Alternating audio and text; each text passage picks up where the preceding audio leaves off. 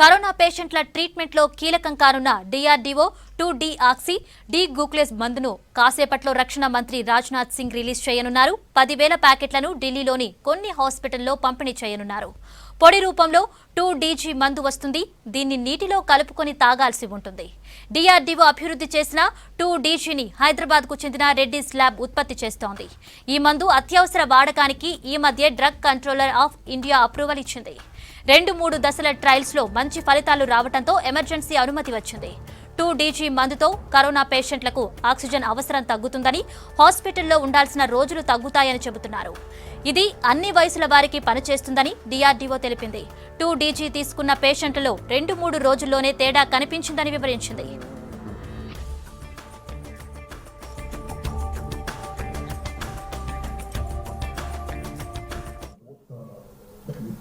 As well as the formulation of 2-DG to ensure increased availability across the country and to help bring an additional treatment option when it comes to fighting the COVID disease.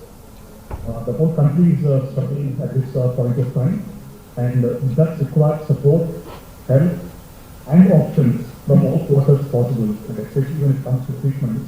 This is one more that we are able to provide in the whole ammunition in terms of fighting this COVID disease. Once again, I would like to express my sincere gratitude to the Government of India, the DRDO, INMAS, the regulator, the DCGI, and the whole organization of CSCO, and also particularly my own team and Dr. Reddy's for working together, very close collaboration to come up with an additional treatment option for patients in these very, very extraordinary times. I wish everyone the best and thank you very much actually.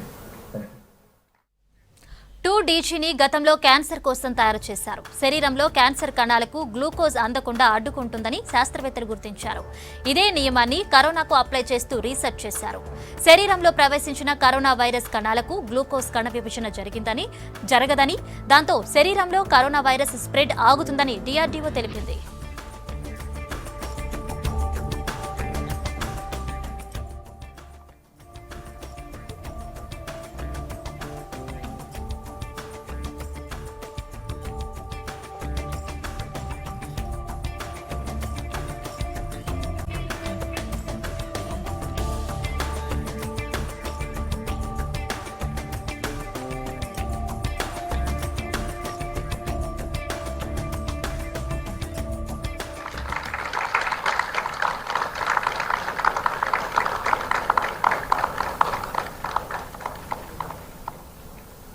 Thank you, sir.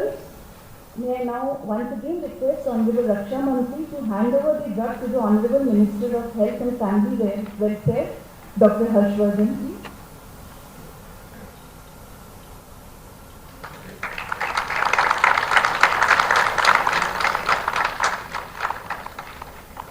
And now I request Honorable Minister of Health and Family Welfare to hand over the drug to the Director AIMS. Requesting Director AIMS, Dr. Randeep Guleria, Professor Randeep Guleria to receive the drug from Ministry of Health.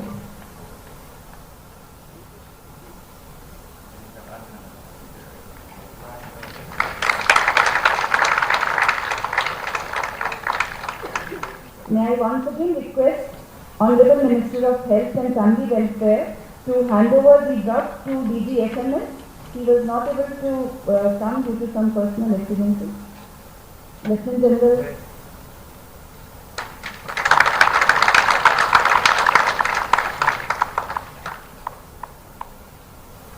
May I now request Dr. Harshvardhan ji, Honorable Minister of Health and Family Welfare, Science and Technology and Earth Sciences to address.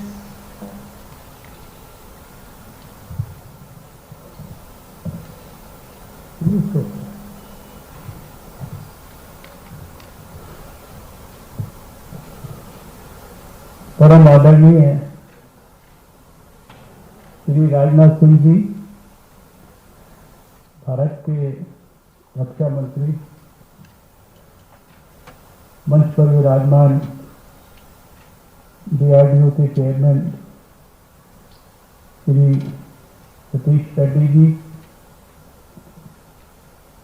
Bharat सरकार के स्वास्थ्य सचिव Rajesh Bhushan ji, AIIMS के director doctor Guleria, यहाँ इस सभागार में उपस्थित सभी अत्यंत वरिष्ठ DRDO के, स्वास्थ्य मंत्रालय के, भारत सरकार के अनेक विभागों के वरिष्ठ अधिकारीगण, वैज्ञानिक, डॉक्टर्स और डॉक्टर एडीज लैब के चेयरमैन, हमारी दूसरी साइंस लेबोरेटरीज के जो डायरेक्टर्स वर्चुअली जुड़े हैं वो सब लोग, और मीडिया के मित्रों, मई के महीने में शायद आज का दिन हम सबके लिए सबसे ज़्यादा सुखद अनुभूति का दिन है, क्योंकि कोविड की जंग तो 1 साल से ज़्यादा समय से हम लोग लड़ रहे हैं, लेकिन इस 1 साल से ज़्यादा लंबी जंग में जहां भारत की तरफ से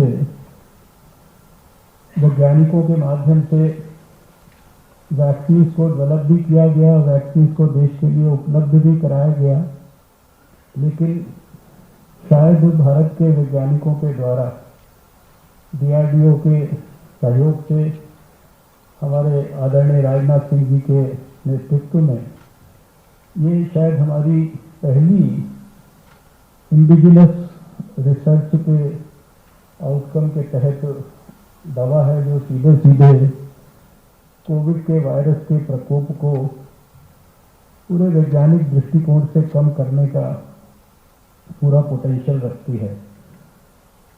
दूसरी बात कि शायद मई के महीने में ये लगातार, वैसे तो पिछले सप्ताह में लगातार हमने देखा कि हम लोगों के जो भारत में केसेस रिकवर हो रहे थे उनकी संख्या, जो नए केसेस आ रहे थे उनसे ज़्यादा थी। पहले सप्ताह में 4 दिन लगातार हमने ऐसा समय देखा जब 4 लाख से ज़्यादा केसेस लगातार आते रहे, लेकिन आज का दिन मैंने कहा कि सुखद अनुभूति का इसलिए भी है क्योंकि आज लगभग 1 लाख केसेस की रिकवरी ज़्यादा हुई है नए केसेस के मुकाबले। नए केसेस अगर 2,81,000 हुए हैं तो रिकवरी लगभग 3,79,000 के करीब हुई है। इसलिए मैंने कहा कि मई के महीने में ये शायद आज का दिन सबसे ज़्यादा सुखद दिन है, और मुझे पूरा विश्वास है, जितनी मैंने चर्चा की डॉक्टर चांदना से, डॉक्टर अनंत भट्ट से, इन मास को भी इसके लिए हम बधाई देना चाहते हैं। PCMB हमारा CSIR का हैदराबाद की लेबोरेटरी, उसको भी बधाई देना चाहते हैं। डॉक्टर रेड्डीज लैब को भी बधाई देना चाहते हैं। हमारे सेंट्रल ड्रग कंट्रोल के DG डॉक्टर सोमानी को भी बधाई देना चाहता हूं।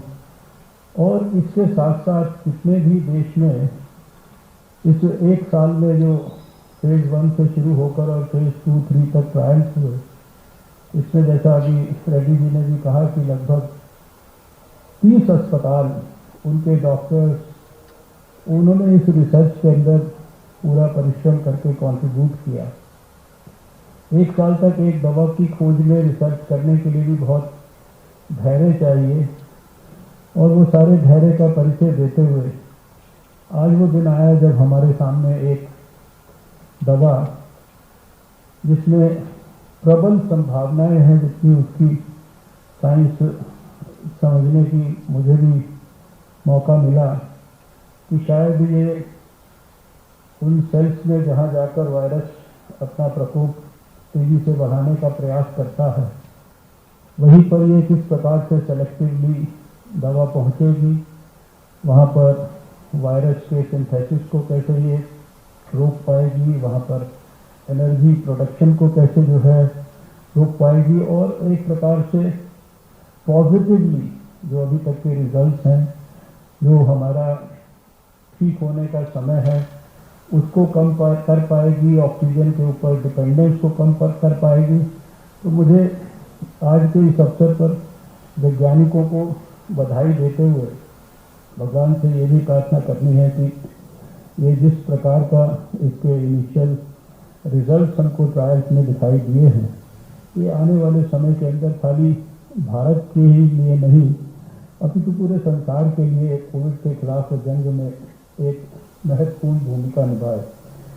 इस अवसर पर मैं DRDO को और उसके सभी वैज्ञानिकों को इस बात के लिए धन्यवाद करना चाहता हूँ, बधाई देना चाहता हूँ, क्योंकि जब कोविड के खिलाफ लड़ाई शुरू हुई पिछले वर्ष, तो हमने देखा कि प्रधानमंत्री जी के नेतृत्व में पूरी सरकार जो है होल ऑफ गवर्नमेंट और होल ऑफ सोसाइटी अप्रोच के साथ उसने लड़ना शुरू किया, और उस समय से लेकर आज तक DRDO ने उसमें अग्रणी भूमिका निभाई दूसरे डिपार्टमेंट्स के अंदर। जब हमारे को अस्पतालों के बेड्स की कमी महसूस हुई, हमें ऑक्सीजन बेड्स की कमी महसूस हुई, ICU बेड्स की कमी महसूस हुई, तो खाली दिल्ली में ही नहीं अपितु सारे देश के अंदर, लखनऊ में, वाराणसी में, अहमदाबाद में, गांधीनगर में, हल्द्वानी में, ऋषिकेश में, जम्मू में, कश्मीर में, जगह जगह सारे देश के अंदर जो है कोविड के dedicated hospitals within no time, और अभी भी जो है वो प्रक्रिया ऑन है। इस समय जो दोबारा से हमारे सामने जो है एक सर्दी के कारण ज़्यादा तकलीफ आई, उस तकलीफ में भी बहुत बुलंदी के साथ, और जब देश ने देखा कि हमारे को एक साथ केसेस बढ़ने के कारण जो ऑक्सीजन है शायद उसको पर्याप्त मात्रा में सुलभ ढंग से उपलब्ध कराने के लिए भी कुछ करना है, तो फिर DRDO उस समय भी उसने आकर अग्रणी भूमिका निभाई, और आज जो एक बड़े पैमाने पर PSA प्लांट्स, जो प्रेशर स्विंग एब्जॉर्प्शन प्लांट्स जो देश भर में लगाए जा रहे हैं, और मैं विशेषकर दिल्ली का तो मुझे इसलिए मैं बधाई देना चाहता हूं क्योंकि थोड़े ही दिन पहले की बात है कि जब हमने अपने मीटिंग अपने ऑफिस में करके DRDO को कहा था कि आप तुरंत हमारे 5 जो अस्पताल हैं इनके अंदर तो तुरंत लगा दीजिए, और अभी कुछ ही दिन के अंदर जब मैं आज आपके सामने बात कर रहा हूँ तो राम मनोहर लोहिया अस्पताल में, एम्स में, सफदरजंग अस्पताल में ऑलरेडी लग चुके हैं, और लेडी हार्डिंग में और हमारा जो एम्स झज्जर है उसमें बहुत जल्दी लगने वाले हैं। और खाली यही नहीं, 380 स्थानों पर खाली DRDO की मदद से अगले 2-3 महीने के अंदर अंदर जो है ये PSA प्लांट्स जो है लगने वाले हैं, और बहुत सारे फ्रंट्स के ऊपर DRDO उसके वैज्ञानिक लगातार हमारे को मदद कर रहे हैं। मैं आज के इस अवसर पर ज़्यादा कुछ नहीं कहूँगा, हम सब हमारे आदरणीय रक्षा मंत्री जी का आशीर्वाद आज लेना चाहते हैं। मैं देश के सभी वैज्ञानिकों को, सभी डॉक्टर्स को समझता हूं कि सम्मान देने के मुकाबले उसकी कोई कीमत नहीं है, इसलिए यह काम निश्चित रूप से होना चाहिए। और हमारे जो काम हुआ है, मैं समझता हूं हमारे साइंटिफिक प्रोग्रेस का एक बहुत बड़ा उदाहरण है। मैं पुनः सभी वैज्ञानिकों को अपनी तरफ से बधाई देता हूं, और इसलिए मैं DRDO और ड्रग के रिसर्च और डेवलपमेंट से जुड़े सभी लोग हैं, जैसा मैंने कहा, उनको मैं सम्मानित खुद करूंगा, और मैं अपनी तरफ से उनको हार्दिक शुभकामनाएं भी देता हूं। और यह ड्रग जिसका यह इजाद हुआ है, यह आशा और उम्मीद की एक नई किरण लेकर आया है। यानी हमारे देश के सामने एक बड़ा से बड़ा वो चैलेंज है, तो हमारे वैज्ञानिकों के अंदर वह क्षमता है, वह ताकत है, तो उसका मुकाबला वह कर सकते हैं। और जो यह ड्रग का इजाद किया गया है, मैं समझता हूं कि हमारे देश के वैज्ञानिकों की एक जो साइंटिफिक कैपेबिलिटी है उसकी भी एक मिसाल है, उसका भी एक उदाहरण है।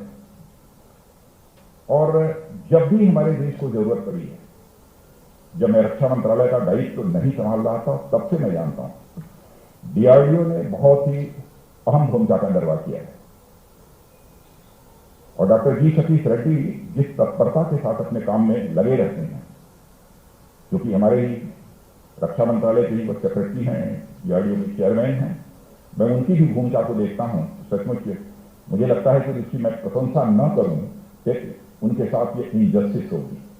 बहुत ही बराबर इन सब सारी चीजों में सिंसियरली वो अपना रोल प्ले करते रहते हैं।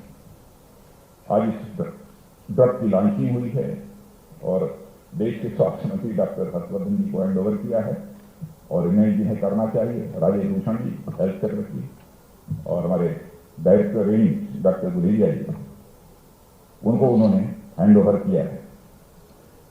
लेकिन मैं मानता हूं